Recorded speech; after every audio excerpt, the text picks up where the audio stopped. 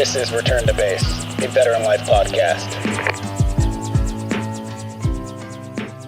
Welcome back, everybody, to the Return to Base podcast, where we talk with leaders, people who didn't stop serving when they took off the uniform. I'm your host, Cliff Van Rickley, and today's guest is someone whose story hits on leadership, resilience, and redefining what service looks like after duty.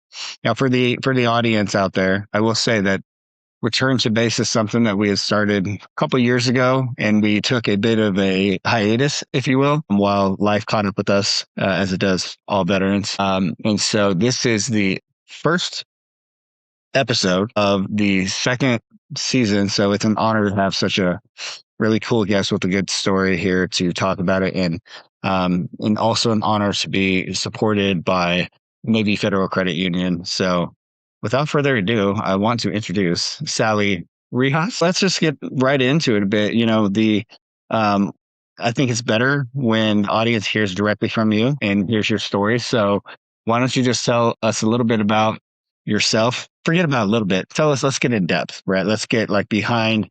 Tell me, what brought you to the military. And then, I know you served distinguished, or you served with honor and distinguishment, and then went on to be a civil servant. So let's start there. First and foremost, Cliff, thank you so much. I am honored. No pressure on us for being one of the first ones getting back on track, because I think what you guys are doing is amazing. So I'll let you know a little bit about me. It's funny you said from the beginning, because my son already makes me feel old. He's like, back in your days, back in my time, right? But we're not old. We're in the mid-age. So I try to remind him. So a little bit about me. So I was raised in Puerto Rico, and in many ways, I was reborn in Maryland. I was raised by a single mother, and she decided to move from Puerto Rico to Maryland. And I would tell you, I had no idea. I didn't know no English.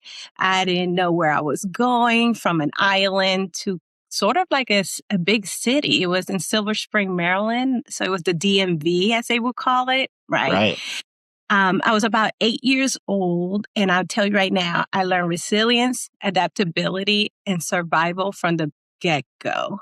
And so, I was determined, being in survival mode, that meant I was determined to create a future for myself, something for me. And in 2000, there was an Army recruiter from my high school who was trying to recruit my older sister. Mm. It was literally, I think I was in 10th grade at this time, going to 11th grade. He came to our house, and he was just determined to recruit my sister. What he didn't know is that he recruited me. I was listening in. No one was paying me attention. I was like 15. I turned 14 or 15 because it was right in the summer. And I graduated high school at 17. So I was 15, 16, because my sister is 2 years older than me. Mm. And so I remember it was in 2000, early 2000, and he came to my mom's house, and he wanted to recruit my sister. And he said, be all you can be.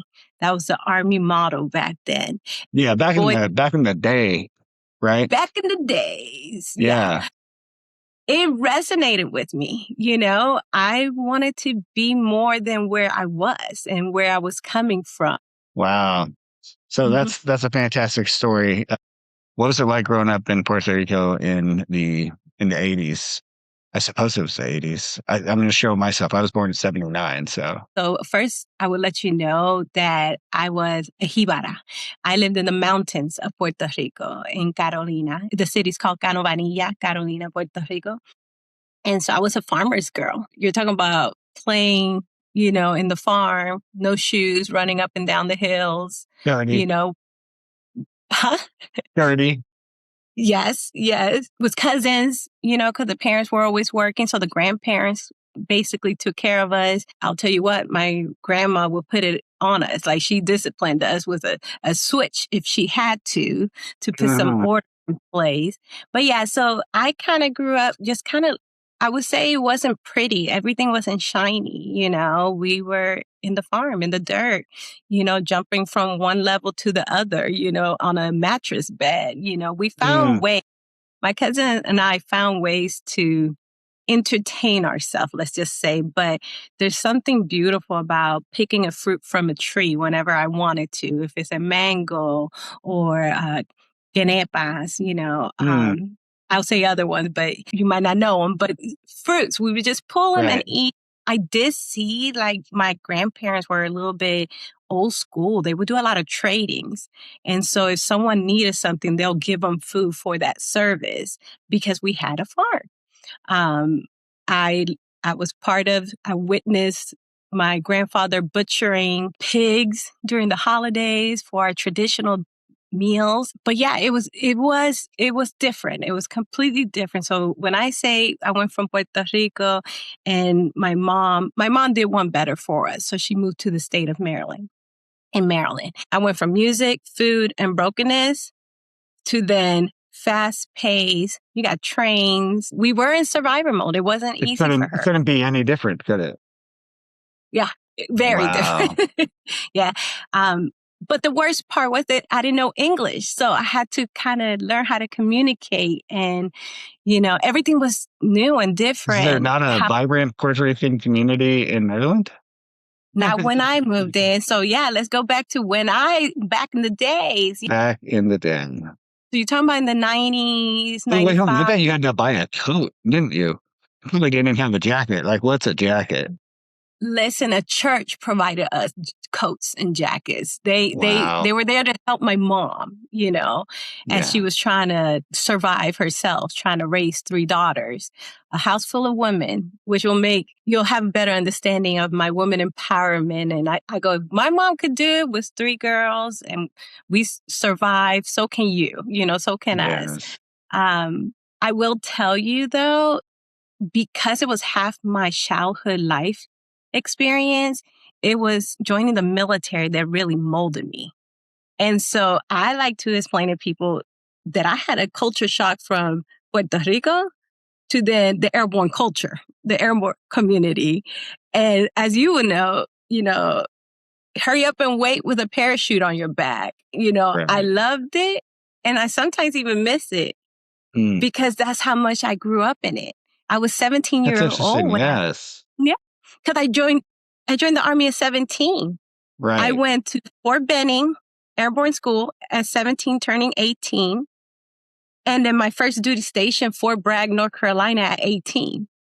What did the recruiters say that resonated with you, and what made you, quite literally, since you became a 82nd Airborne soldier, what made you take the leap? Yeah. So yeah, great question, actually. So I would tell you what the recruiter said. Again, that be all you can be really resonated. It was before September 11, 2001 that I joined. So he kind of sold the whole free education, right? So Right. that would put less of a burden on my mother. I was thinking of, okay, how can I make this possible? I am the second one to graduate.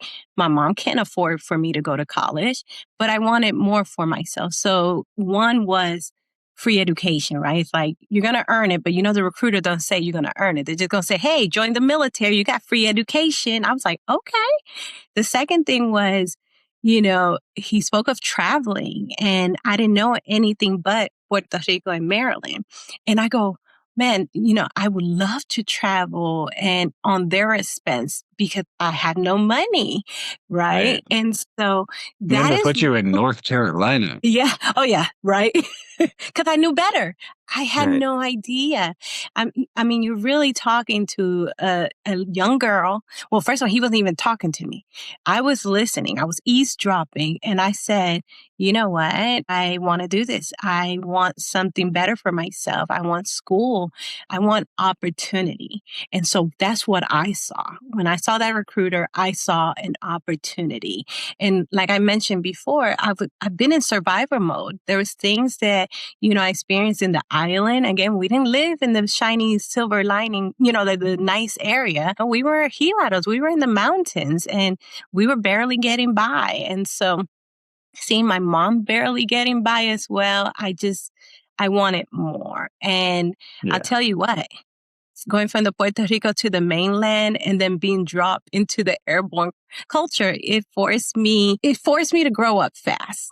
Yes. Can I say that? Yeah, I bet. It really forced me to grow fast. Besides learning discipline, accountability, and how to lead even when I didn't feel ready. Because did we have a choice, Cliff? No. No. Congratulations. Now you're a PFC. Congratulations. You're a specialist. Congratulations. You're an NCO. Now I have to lead the way, right? Like I have to lead. Well, let me ask you another question. This leap of faith we talk about. Yeah. I think we have to maybe back up just a little bit. So did you find and get recruited by the same recruiter? Okay, so he like sowed some seeds. All right, I like that. Yes, and then he planted some seed. You're right. He didn't know it. He planted them. Sorry, and then he sowed them. Yes. Yeah. And then when you left for basic training, and you became a finance specialist, correct? Yes, I did. Mm-hmm. Okay, so maybe we'll talk about where my paperwork went. So I'm in basic training, and 2 weeks. A little bit less than 2 weeks before graduation, guess what happens? Twin Towers. The that's Twin right. Towers September get 11th. hit. I was in basic training, getting ready, clearing out. We just came from the last road march, the one that says you're done after this, you're graduating, basic training, and we get hit. And the whole world changes from that day. Literally, everything changed. And a week and a half, my family's supposed to be there, but now they have all these security. The army didn't even know what was happening. Everyone who was in the military around that time, I don't know if they remember much of the wars before, or everything was like new. September 11, 2001 changed everything in the world, like everything. As you know, policies and stuff later, but the drill sergeants were like, hey, this is what we're trained for. And I'm like, what am I going to tell my mom? I don't know what's happening. I signed on to a peace army, right? That's why your mom signed the papers. Literally. I'm 18 now, though. So I did. I scored high, and I'm very proud of that on my ASVAB. That's why I chose finance. And I go to AIT school. So mind you, I still don't know I'm going airborne. I go to AIT school. And you went to basic where? Fort Jackson, South Carolina. Fort Jackson, South Carolina. Yeah, Fort Jackson, South Carolina. I did basic training and AIT. Okay, well, so you, so far in your life, you've had a really a really extreme traveling life. You went from Puerto Rico to Maryland to South Carolina. Okay. Cliff, it gets better. It gets better. Wait for it. It gets better. Wait for it. Yeah. So in Fort Jackson, I'm in the finance world, right? AIT, I'm learning. But it still wasn't exciting enough for me. And I was a runner. Oh. And if you're a runner, you're in the A team because you're faster. And I love to run. And I remember it was like Charlie Company in basic training. I mean, AIT for finance, we were Charlie Company. And I remember the first sergeant, he was airborne. And he would look at me and go, you should go airborne. And I'm like, what's airborne? I love to run. What does that mean? Yeah. I was like, airborne? Sure, I'll run. He's like, yeah. Did you never watch a movie about the Army? Nothing. Oh, wow. And I meant to tell you that. That's a good point. I didn't watch no movies about the Army. No one in my family served in the military. So it was all new to me. It was just that opportunity, that curiosity that I had no idea, but it sounded exciting and I will go for it. So I said, well, how do I train for airborne? He's like, we got you. You stay 18 and then we'll send you to airborne school. Sure enough, they sent me to airborne school. And again, I tell you, I was 17, turning 18 that summer. Right. At 18, I'm in airborne school. I am jumping out of planes. I realized, which you don't really notice these things when you're a child, right? But there wasn't many of us. It was like, I think we started as 10 females in airborne school, but only like 4 of us graduated. 4 of us made airborne school. We made it through the whole process, but I was a runner. And then I remember one of the runs, I almost sprained my ankle. Like, you know how you sprain it lightly and you're like, don't you dare fall out of this run. Yeah, like you're not. And I remember Thanksgiving was coming, graduation for Airborne School was before Thanksgiving. I'm like, I am going home for Thanksgiving. Like, we're not failing. So AIT was where I was introduced to the airborne world. I just didn't know what that meant. Right. But I will tell you, once I went to Airborne School, already September 11 happened. One of the leaders said something, and I think you might know this one, but it was like, it's a sign. Have you ever drove down 95 from North Carolina to South Carolina? You pass Fort Bragg exit, but there's a big sign that says sleep well tonight. The 82nd Airborne Division is on point. Wow. I was like, okay. My first duty station, 82nd Airborne. I didn't go far, just one state up. Clearing up the Southeast. Literally. So I'm staying on 95, basically. I'm an East Coast girl. But I tell you what, a leader said, we got to keep them out of our backyard. And that motivated me. That literally motivated me. I didn't know today. I didn't know then what I know, obviously, today. I didn't realize there wasn't a lot of females who were able, to pass Airborne School. I didn't realize that was very prestige, that I did well. But guess what? When I got to the end, and replacement was like, oh, we keeping her. And they kept me as a cadre. So the first 3 years in the 82nd Airborne Division, I was a cadre in repo. In processing. Yep. Troops. I in process, and they're like, oh, we got to keep her to set the standards. They even use me as a recruiter now. They would send me to Fort Jackson to AIT so they could see a young little girl. I'm 5'2", Cliff. I'm 5'2". Oh, wow. I was this tiny little girl, 5'2". You could be fit into a T-10. Listen, my jumps were literally amazing because I had a lot of time in the air. I had a lot of time. But so they used me as a recruiter. And sure enough, I recruited females to go airborne. So the 82nd could have more females. We were trying to reduce the status quo, right? It was like one female for every 10 paratrooper. And so we did. I would say we did because a lot of the females who will go Airborne School and pass it, they will have to go through me, the 82nd repo replacement. And I would see them. They're like, hey, you remember me? You were in that presentation. I'm like, yeah, well, glad that you joined, welcome. Yeah. Well, since we're on the subject of airborne, I always have to ask, do you remember your first jump? No, I closed my eyes. I thought no, I don't remember my first jump. It was so fast. The way I describe it is you're on the airplane. Well, first of all, let's back up. Like 25 hours later, something stupid, you put your parachute on and then you waited around to board an aircraft. Yeah. And then you're on the aircraft. The door opens and everybody looks at the door. Everybody looks over. You could smell the jet fuel. You could feel, depending on what time of year, either the fold or the heat sink in.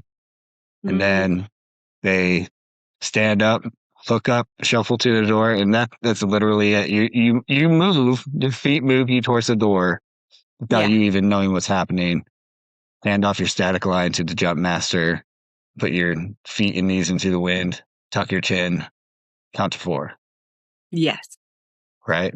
So how many numbers did you count to? I think, listen, everything was a shock. I don't even think I counted. And we're talking about, so my first jump in Airborne School, that's the one. And once I joined the 82nd, they put more like, I think they were like, what's it called? Because I can't remember the English word for it, but where you're playing tricks on the new soldiers. And trust me when I say that first jump in Airborne School was completely different from my first jump in the 82nd. Now I'm a paratrooper. I'm wearing that patch. That's right. I got to make them proud. I couldn't show them my fears. And I'm that maroon beret. Yeah. Yeah. That's awesome. Oh, you did it. Right. So, I mean, 4 out of 10 and 10 soldiers out of probably 400 that go to Airborne School. Yeah.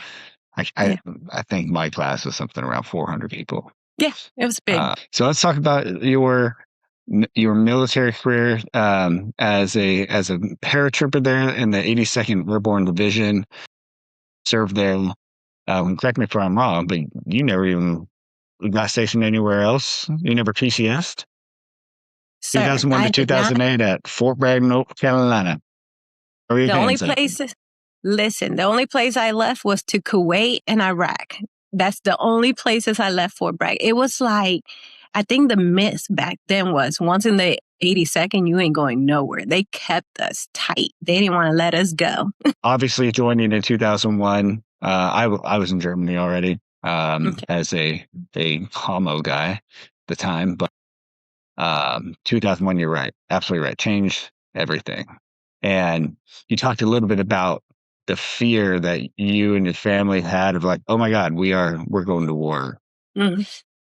knowing that you are in arguably the tip of the spear of the airborne infantry units, the 82nd Airborne Division. You had to know that eventually your number would be called, right? So Absolutely. being put initially in that replacement, what was your thoughts about that, other than obviously some pride in being able to help increase the number of females in the airborne? But Mm. was there any kind of like, well, I mean, when do I get to go? Well, I knew my time was coming. And it was literally right after New Orleans had that big hurricane come by. I had my daughter in 2004, February. And I knew, okay, got that out of the way, right? I know I'm coming next. They were sending my soldiers down to New Orleans in 2005 to help out. And I knew, okay, once we get back from New Orleans, it's our turn to rotate. Because you kind of know already, you know which one down the field, down the street, Ardennes in Fort Bragg. You know Fort Bragg, Cliff, right? Yeah, So you know Ardennes. I spent a little Okay. time there. I know. Okay, good.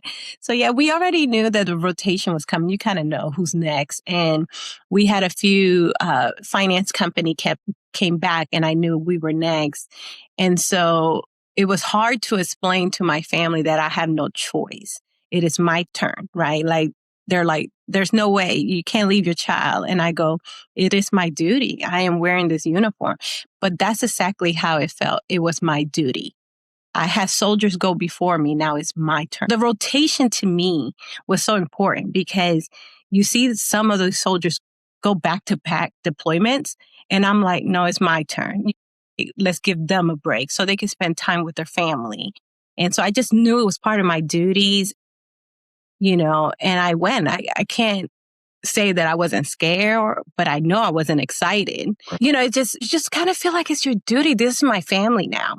So one of the things the 82nd taught me was loyalty and family. Like they got my six, and my front, so I felt like because I was so young and already embedded in the military, my soldiers were my family. And then I was all my whole squad were uncles to my daughter, so it's just a duty. It was a duty for me to go. And it was, my rotation. It wasn't easy.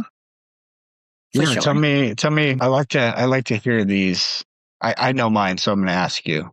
And it sounds like were you stationed in Kuwait for a little bit before moving forward? So did you do like a train up in Kuwait, or did they have you like in processing people in the theater in Kuwait first? So I went to Kuwait. Now I would tell you that we did not foresee going to Iraq, but something happened. The surge. Here comes the surge. Sir. Yeah.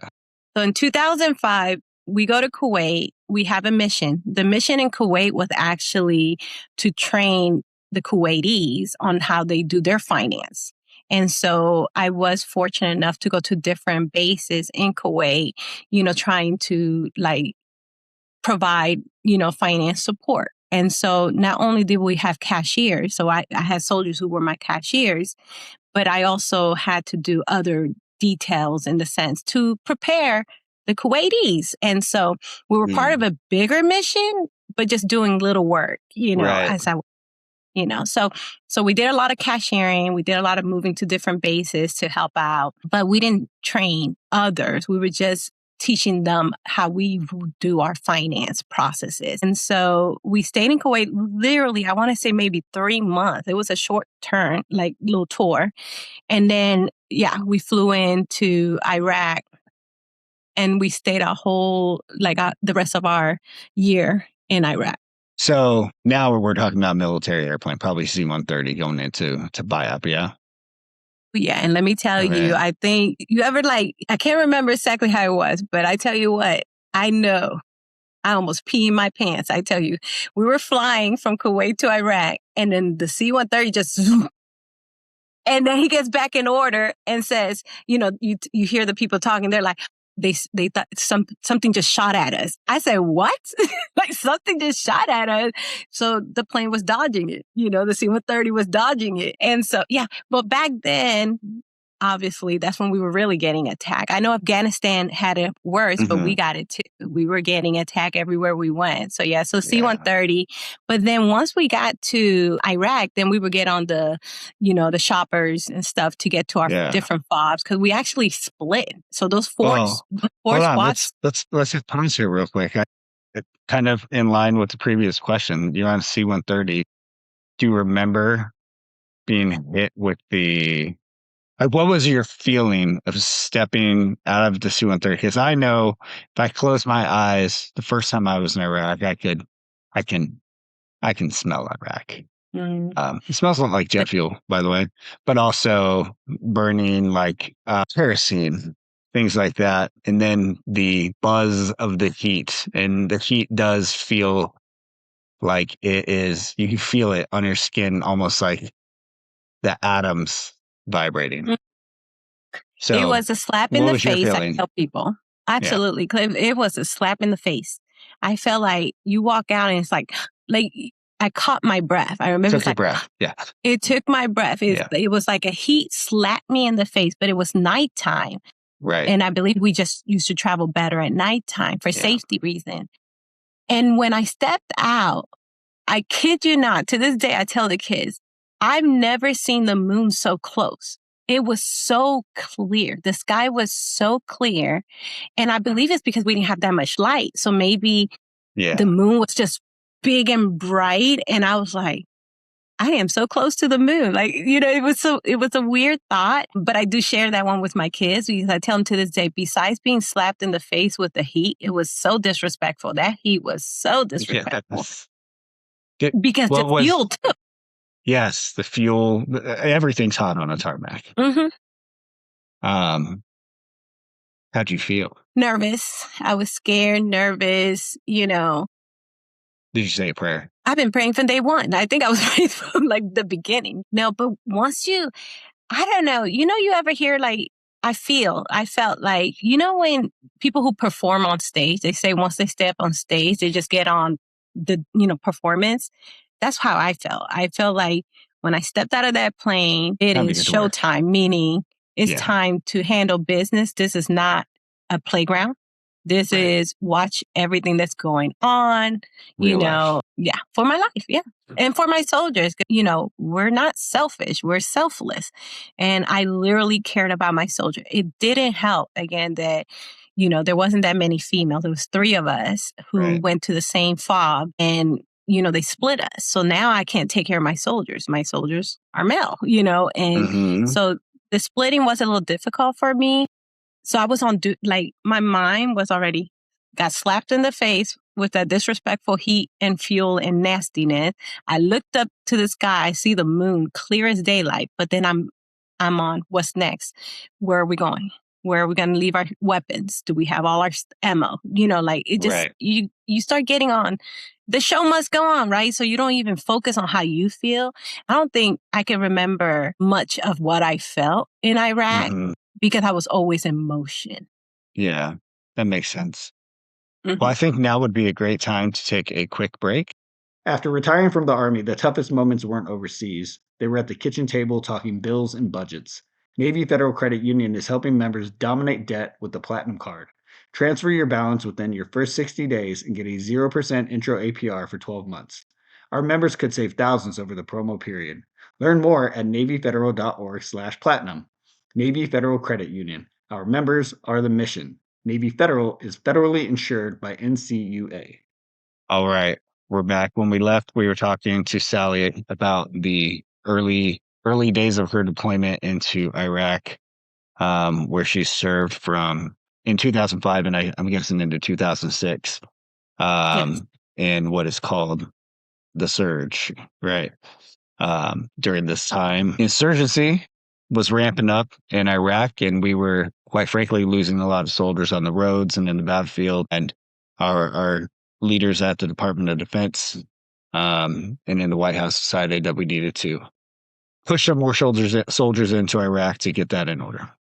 And here comes Sally with her platoon, I guess, or a little squad of financiers, Yes. finance soldiers. Where did you lay your head at most nights? Where was your stuff?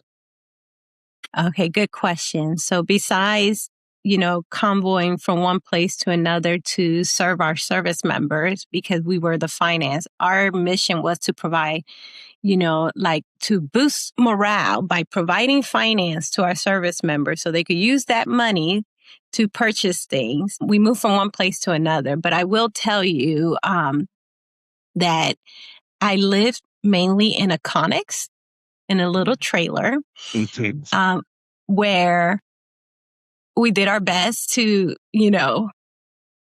put a chair and a table and whatever I needed to. Yeah, so I lived in a box. When you think of your time in Iraq, was there one moment that sticks with you? Oof. Well, what I say is I try to decompartmentalize that. I feel like I pushed so much of that experience in the back burner, although it molded who I am today, but just gratitude. Like one thing that really stood out, like that sticks to me that, the one memory is one of the FOBs, they would bring people from outside the gate to come and clean the area, right? And I remember seeing a little boy. I'm a mama. Remember, I'm a mama deployed. Right. I have one daughter and she's 1. And this little boy comes in and he's helping what looks like his daddy clearing out the area. And it was a Marine base, so they were already checked and cleared to get in to help clean and do their duties. And then we'll pay them at the end of the day. And then they get cleared to leave. Well, this little boy, his hair was like really filthy and dirty. And as you know, they're not Americans. It's not like they wash their hair every day. They're not showering. They live in tents, majority of the places we were at. And I was like, I'm going to give this boy a little care package. You know how we got mail care package? Right. And I'm looking That's at this little boy. He needs it more than me. Right. And I said, hey, I took a moment with him and I saw him as a human, not as my, Right. my enemy. He was a human. He was a child. And I gave him a care packet. And then later on that day, because everyone knows finance, by the way, your best friends are the cook, finance, and supply. A Marine comes to me and says, Sergeant Perez, did you give someone shampoo, like a care packet with shampoo and conditioner? I say, yes. They're like, we had to take it from him. Oh, I was so mad. They can't take anything with them out. Right. They just won't feel allow. like they stole it. Yeah. Whatever the reason was, whatever the Marines were up to, it just broke my heart. And I would tell you that moment was the one I was like, man, they're human beings too. I didn't see them like that. You see them as our enemy. They're a target. I don't trust any of them. But when that little boy came through, I was like, wow. That was when it clicked for you that war is just full of humanity in addition to inhumanity. Yes, sir. Yes. Absolutely. Because I told you I was mission focused. Everything I did, I'm like, what are my duties? What do I have to do? Take care of my soldiers. But I didn't realize really, holy crap, we're here, and people are dying. People, literally what's happening a lot in 2005, 2006. I don't remember a week go by without at least 2 or 3 reports, that we had to put in. So that was one, I would say, if I had one of the most impactful moment in Iraq or in this war was that moment. Interesting. Yeah. And it's a good one to remind yourself that behind all the politics of it all, it's just human beings. Yes. And we may be great weapons of destruction, us, the United States military, but there is humanity out there. Absolutely. So you rotate back in 2006 back to Fort Bragg, and you're thinking kind of PCS to Fort Living Room, or No, I had it tough, buddy. Let me tell you, Cliff, I for had it those tough. who don't know, Fort Living Room means getting out of the Army.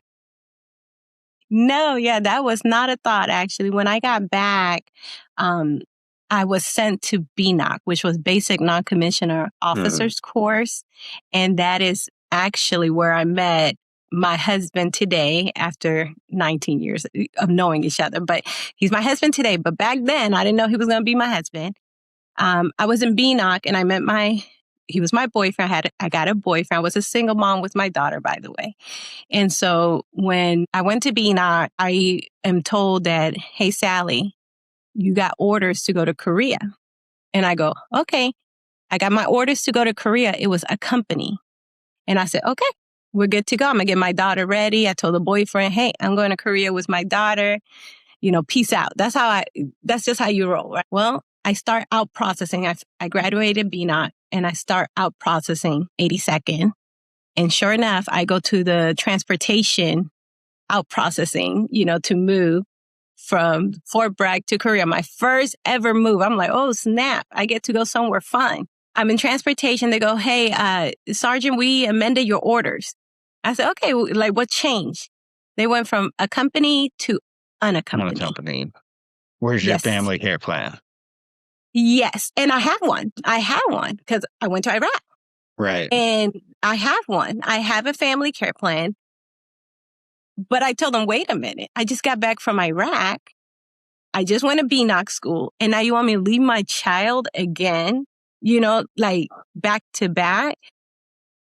So the Division Sergeant Major at this time, by the way, I was the NCOIC of the finance pay, the NCOIC, then from travel section and division. And so there was times that I worked what we call VIP. So the higher head, the higher rank, I took care of the finance. And the Division Sergeant Major at that time, I was very frank with him. I told him, listen, Sergeant Major, I just got back from BNOC. Now they're trying to send me to Korea without my daughter. This is impossible. He goes, let's call the branch, the finance branch, and see if we could do something. They said, okay, instead of sending her to Korea, let's send her to the 101st. I said, not the Screaming Chicken. Wait a minute. That's our rivalry. Oh, yeah, I did. That's where I live. I believe you. So hear me out. Okay. They amend my orders. They're sending me, to 101st. And then I go, well, wait, let me call the 101st finance. Because remember, the finance world is very small. There's not many of us. Mm-hmm. I call the finance world and they say, hey, we're getting ready to leave to Afghanistan. Yeah. I say, you gotta be kidding me. So the 82nd, we were focused in Iraq majority. Obviously, a lot of BCTs went to Afghanistan. And then now you want to send me to 101st, where we're focused on Afghanistan and the rotations. I said, I can't do this. I don't know where it came from, Cliff, but I would tell you right now, it was like a pivotal moment in my life that I go, do I leave my daughter again? And continue to let my ex-husband raise her, my mom raise her, the aunties raise her. And I told the Division Sergeant Major, listen, I'm not leaving her again. And he goes, well, then you have to pull your family care plan. And I said, okay, then I have to do what I have to do. The Division Sergeant Major at that time allowed me to have 30-day convalescent leave so I could find a job or a place to move before ETSing out of the military. When I say that God was on my side, it was like the moons and the stars were aligned. I don't see that much support often from higher, ranking. But I tell you what, this Division Sergeant Major, he gave me an opportunity. He goes, you have served your time, Sally. You're one of the best. I don't want to lose you.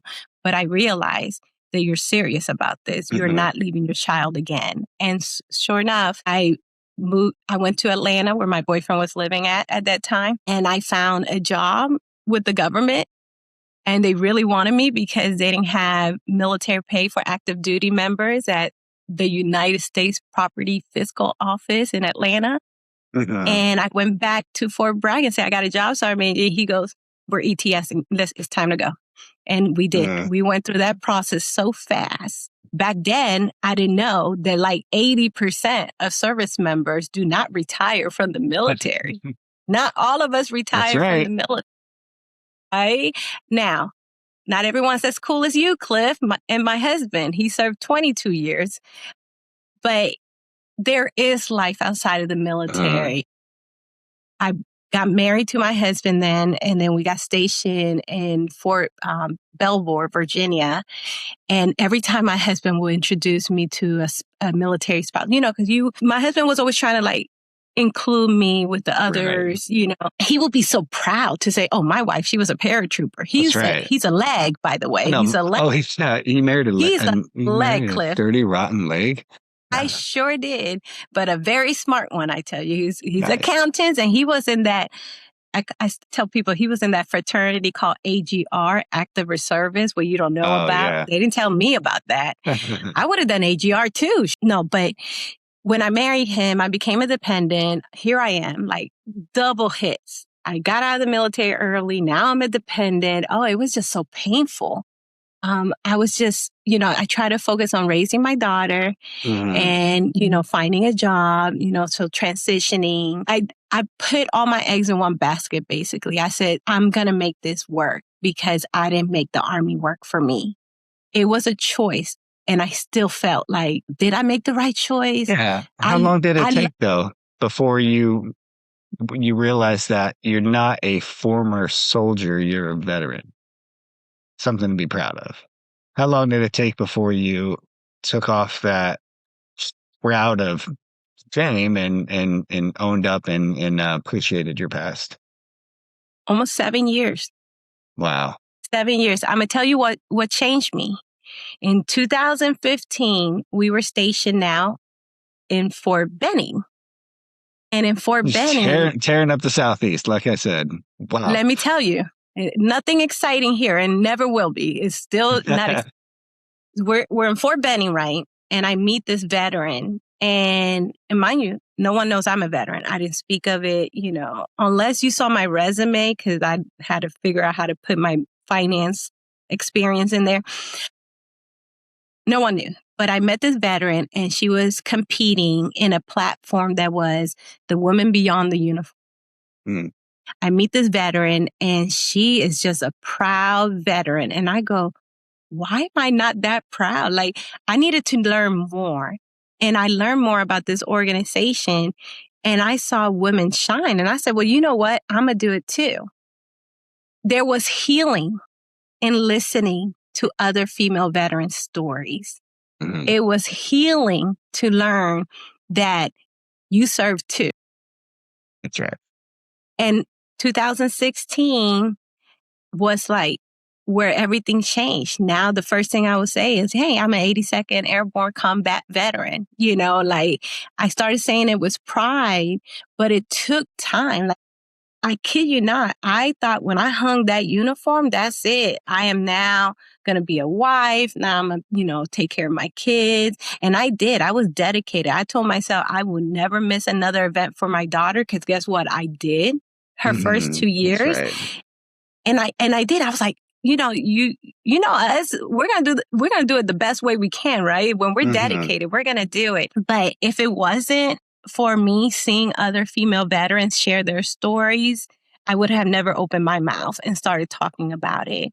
And then in 2016 into today, now I want to share. I want to talk to others. And I realize, that, there's healing in the process. Do you think that there's a special burden maybe that female veterans carry where, it's just a little bit different? Because traditionally, for instance, females weren't combat arms or whatever, right? But you see a lot of male soldiers, they pop right out and say, hey, I'm a veteran. Give me my free Applebee's. It's my birthday. Yep. Did you feel that You didn't have the agency to speak to that at first? I think that's exactly what it was. And I'm going to tell you right now, even today, I think a lot of female members don't feel welcome or included because they are a female. I will tell you, you have the good old boy clubs, right? They were created for, back in the days, World War I, World War II. And these service members who are male were able to come back into like the American Legion and have conversations, smoke their cigars and cigarettes, drink their drinky drink. But the females, and I learned from a Vietnam veteran female, she said when she got back, it was like the whole community was against her. It was like you didn't do your duty as a woman. You're supposed to be a wife. You're supposed to be a mother, and you served in the military. And she just felt that shame as well. And by the way, I learned this when I was in this platform for women who serve beyond the uniform. And I go, holy crap, you paved the way for me, ma'am. When you serve, and I don't know all the details because you don't get to see it. Yeah. But a female jumped out of an airplane, and now they say, hey, girls can jump out of airplane. So Sally was able to jump out of airplane. So I go, because of the girls, the ladies, the women who served before me, I was able to do my job with pride. And now I got out, and I feel ashamed of something huge, Right. It's crazy. I will tell you another thing is, like I told you, I did get married. And so my husband, he was active reservist, and we would go places. And sure enough, they would say, thank you for your service to him. And just assume I'm just a wife because I'm a dependent. Here's the title, dependent. Title deed. Yeah. So here I am. I'm a dependent. And I always just smile. And my husband will go, oh, and she served too. She was a paratrooper. He was so proud of me. And I'm like, this man is weird. Why he keeps bringing it up? Like, I would tell him, Puppy, you don't have to say that. Like, don't tell him, He's You're like, right. no. But He's proud I of you. think he noticed it. It is part of me. And I think he noticed it. He noticed it first. That he noticed that, wow, she's never going to be proud of who she is and what she's done, so I'm going to put it out there for her because he knew it. He knew. Right. And so fast forward to today, the reason I am, and you heard this word before, I am persistent. I show up and I like going to every veteran event.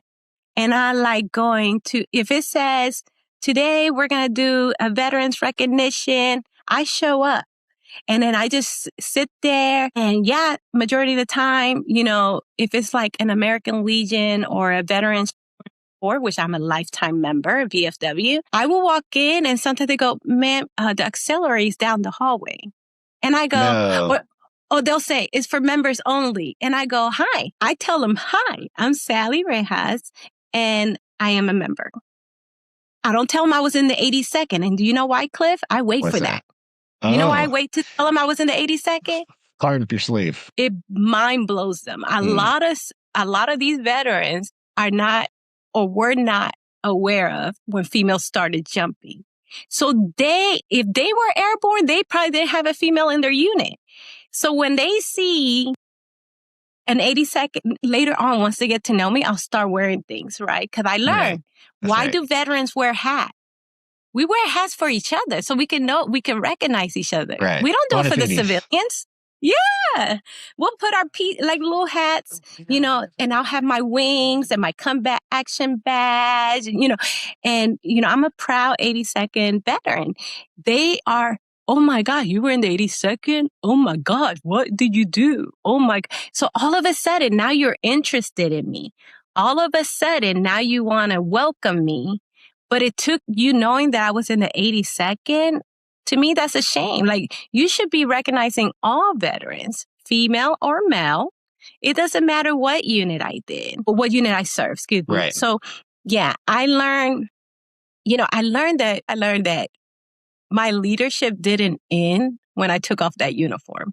It just changed the arena. And I think this is another good spot for a quick break, and we'll talk about your leadership roles after the service. I retired from the Army in 2018 after serving multiple deployments. When the uniform came off, the mission didn't disappear. It shifted to my family, my kids, and protecting our financial future. Navy Federal Credit Union helps members do exactly that with the Platinum Card.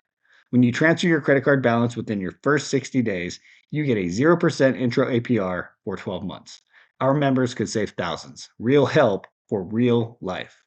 Learn more at NavyFederal.org/platinum. Navy Federal Credit Union. Our members are the mission. Navy Federal is federally insured by NCUA. After the intro rate expires, variable APRs apply based on creditworthiness. Rates are subject to change. Fees may apply. Offer ends March 31st, 2026. All right, Sally, back again. And when we left, we were talking a little bit. We were kind of getting into your leadership roles post-military and the fact that, as not just as veterans, but as in particular, female veterans aren't as seen quite often. And unfortunately, though you served with honor, I want to talk about your position as the first female commander of an American Legion post. Is this the first female commander of any American Legion post, or the one you're in right now in particular? No, it's not the first one in the American Legion, but it is for Richmond Hill, the city in Georgia. Awesome. And how did you mentioned that you started becoming involved in veteran events. You show up to those. If you ever go to sporting events, you stand up probably when they say, "Where are the veterans?" Yeah. A lot of people find a hard time doing that. Myself too. My husband does too. So I snug him. I'm like, get up. But how did you get involved in the American Legion, and how did it come about that you became the post commander?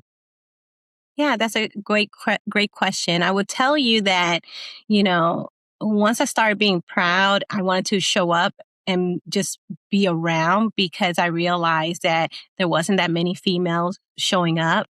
And so when my husband retired from Fort Meade, Maryland, we decided to go ahead and make Georgia our retirement home. And we were stationed here many times, as you already heard, Fort Benning, Atlanta area. And so it just felt homey, like we got the weather here. And so when we moved here, it was 4 years ago, my husband and I, like I told him, I said, hey, you're transitioning. You just retired from the military. And I need to make sure that we continue to serve through the community, because it was healing. It was therapeutic for me. And I wanted the same thing for him. So I had my husband's back at this moment. He just retired. He did 22 years. And I'm like, oh no, we are not going down that road. We got this, I went to a meeting, and sure enough, Cliff, I walk in the meeting with my husband, and they just like, oh, hey, thank you for your service, sir. What do you do? Blah, blah, blah. They're just talking to him. And I see one female in the room, though. I see one in the room in the back, and I go, okay, I am sitting right here in the front with my husband. I sat down, stayed in the meeting, and then when they say, do we have any guests in the room? We stood up. And then my husband spoke, and then he goes, and my wife. And then he said, and they started looking like impossible. I tell people, I start singing impossible. Like, what? Your wife is in the military too, or was?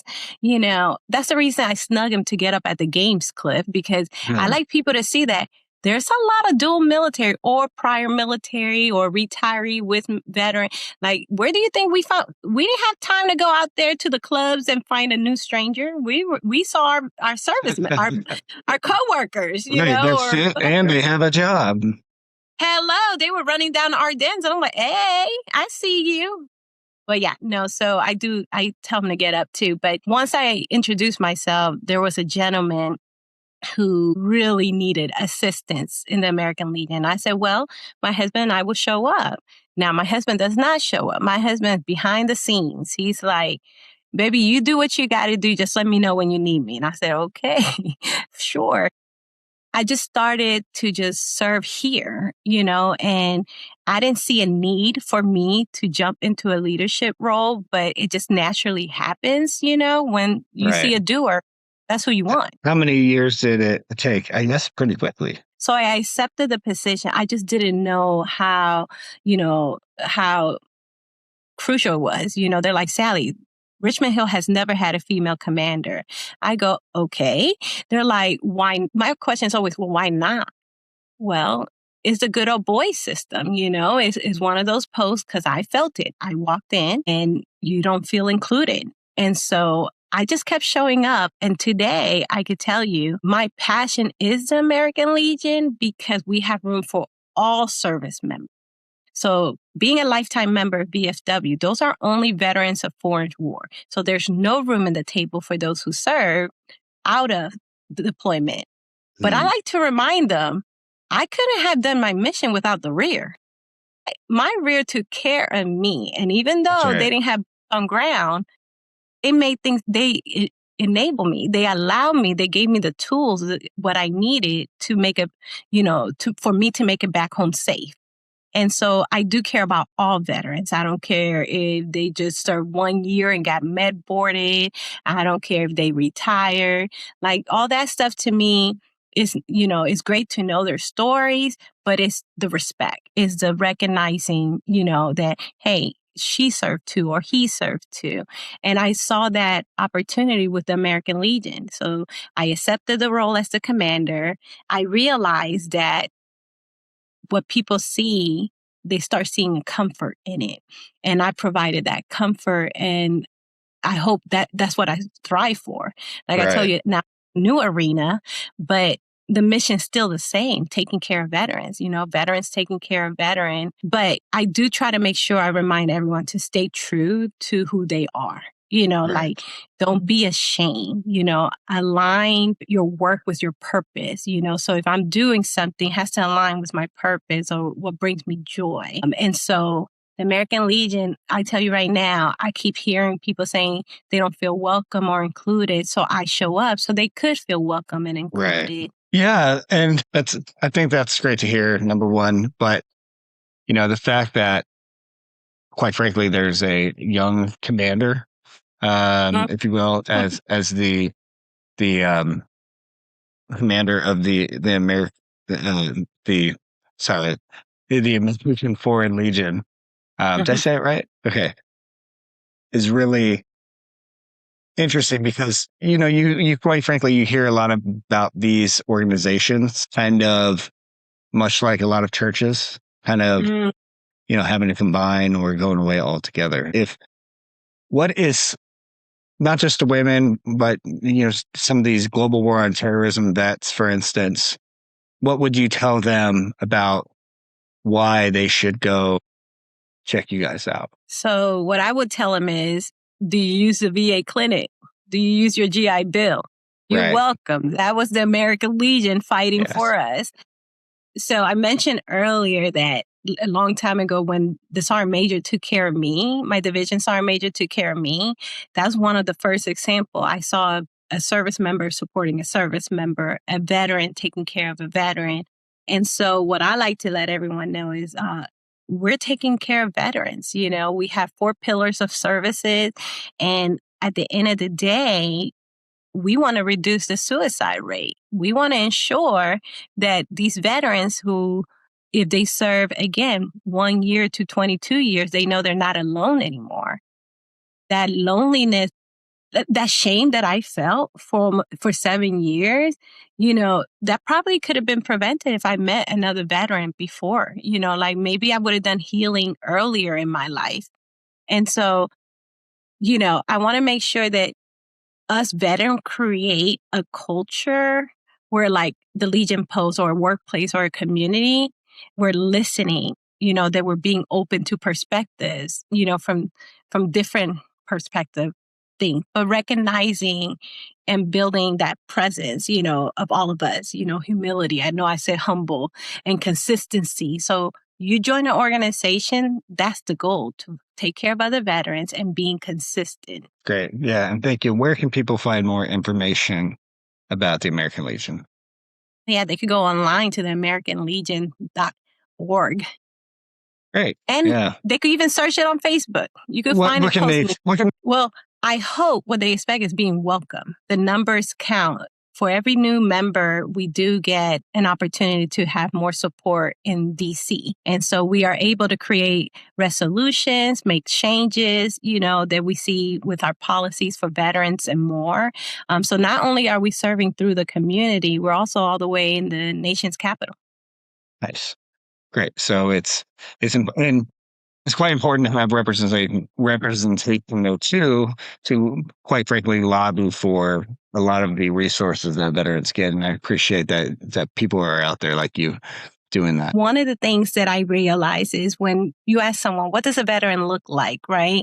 They're thinking of like a wounded warrior, someone who's disabled, like really like they lost a limb. And so my thing is, we come in all shapes and sizes and everything, right? So to me, I think it matters because when people don't see themselves reflected, they disengage. And that's how we lose connection, trust, and sometimes even lives. And I say this because of experience. When I bring up the loss of life is we lost people for suicide right in our neighborhood. And it was a veteran. And I just go, wow, if we would have just knocked on his door and done a buddy check, So I will go into being featured in the veteran's life in Navy Federal, This Is What a Veteran Looks Like campaign. That was incredibly meaningful for that reason. It wasn't about a title or an accolade. It was about visibility. It showed that veterans look one way or another, that we are mothers, leaders, educators, entrepreneurs. I think we even had a farmer in that campaign. So for me, it was affirming to stand in that space proudly and say, hey, this is what a veteran looks like. Representation matters at the end of the day. And when veterans see themselves reflected honestly, it opens that door for belonging, healing, and continuous service. Well, I can tell you that campaign was all about breaking stereotypes, showing, like you said, that veterans are men, women, young, old. There are neighbors, leaders, parents, entrepreneurs, volunteers, and not just a stereotype of what a lot of people think when they hear the word veteran. Yeah. I know growing up in the 90s, basically, when you thought about a veteran, you did think about almost like Lieutenant Dan in Forrest Gump, right? It's true. And so, what did it mean, though, that you were asked to be included in that campaign? I mean, again, I was super honored. It was the farmer who recognized me. And she goes, hey, check out Sally Rejas. She's doing a lot in her community. And I was like, wait, what? Me? Now, I used to complain. Cliff, I used to complain a lot. When I see, a veteran and they have the image, I go, they never really show what other veterans look like, do they? I used to complain. They always see, or when you ask what a veteran looks like, they're thinking like Rambo, like hua. Right. Yeah. Like they're thinking like hardcore Rangers, whatnot. And by the way, all of it is right. Yeah, that you have that. But they forget that it could be your neighbor, And so when this campaign came out, I was one, honored, but two, I was like, yes, finally. It was like a relief, like finally someone recognizing what veterans really look like. And when I say look, I know like we're not just saying visibility, but look at us, see us. We are here. A lot of us own businesses. A lot of us are your professors in the university. A lot of us, we have so much to offer than the time we serve. Yes, and thank you, and very well said. And I, for one, am glad that you are what a veteran looks like, because it gives strength and courage to other people to speak out about their identity as veterans. So thank you for that. Thank you. So we're going to wrap it up in a minute here, but I just want to say thank you for the great and deep conversation here about what you've been doing. I really like to learn about how you grew up and your story about how you joined the Army. The recruiter recruiting the wrong person in the family, but that's okay. It seemed to work out for everybody, right? Literally. Yeah. It's one thing to serve. It's another thing to continue serving, but then it is another to have the courage to put yourself out there for criticism or for even some unwanted praise. So a little well-deserved praise here. Thank you for your service, Sally. And thank you for being on the first episode of season 2 of Return to Base. Thank you, Cliff. I appreciate it. Well, thank you. And thank you to all of our listeners. And if you enjoyed this episode of Return to Base, make sure to subscribe, share it with someone who's navigating their own transition. And until next time, we'll be out there looking out for each other.